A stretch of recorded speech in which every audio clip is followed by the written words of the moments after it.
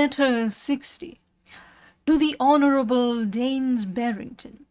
In reading Dr. Huxham's Observations de Air, etc., written at Plymouth, I find by those curious and accurate remarks, which contain an account of the weather from the year 1727 to the year 1748, inclusive, that though there is frequent rain in that district of Devonshire, yet the quantity falling is not great, and that some years it has been very small. For in 1731 the rain measured only 17.266 inches, and in 1741 20.354 inches, and again in 1743 only 20.908 inches. Places near the sea have frequent scuds that keep the atmosphere moist, yet do not reach far up into the country, making thus the maritime situations appear wet when the rain is not considerable. In the wettest years at Plymouth, the doctor measured only once 36 inches, and again once, namely 1734, 37.114 inches, a quantity of rain that has twice been exceeded at Selborne in the short period of my observations. Dr. Huxham remarks that frequent small rains keep the air moist, while heavy ones render it more dry by beating down the vapours.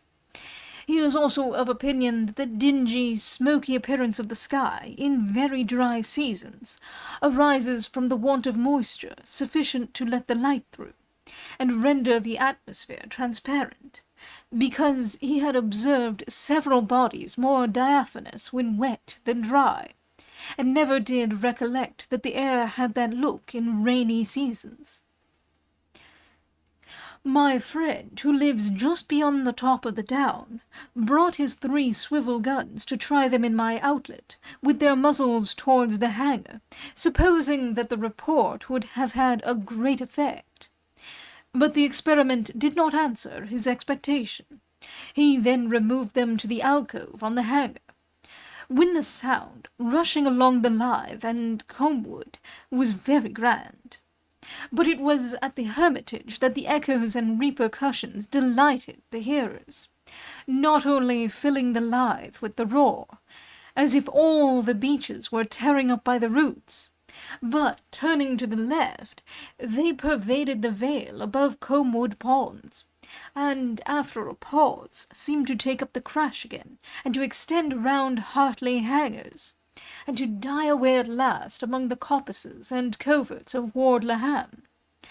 It has been remarked before that this district is an anatoth, a place of responses or echoes, and therefore proper for such experiments.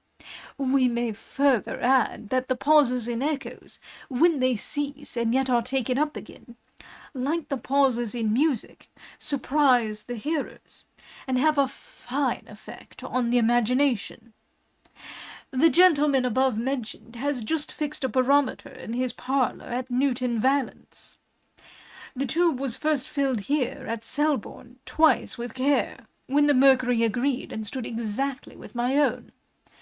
But being filled again twice at Newton, the mercury stood, on account of the great elevation of that house, 3/10 of an inch lower than the barometers at this village, and so continues to do, be the weight of the atmosphere what it may.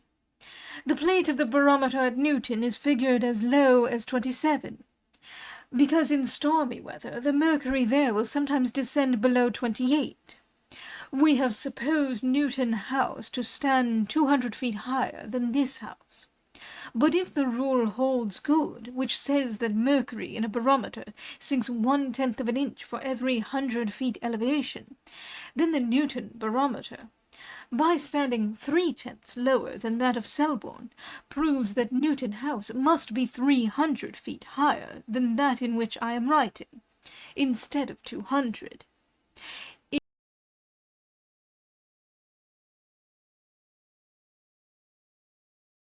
It may not be impertinent to add that the barometers at Selborne stand 3/10 of an inch lower than the barometers at South Lambeth, whence we may conclude that the former place is about 300 feet higher than the latter, and with good reason, because the streams that rise with us run into the Thames at Weybridge, and so to London.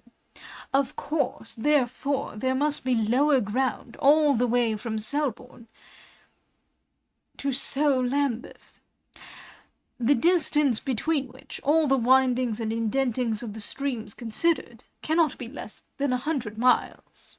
I am, etc.,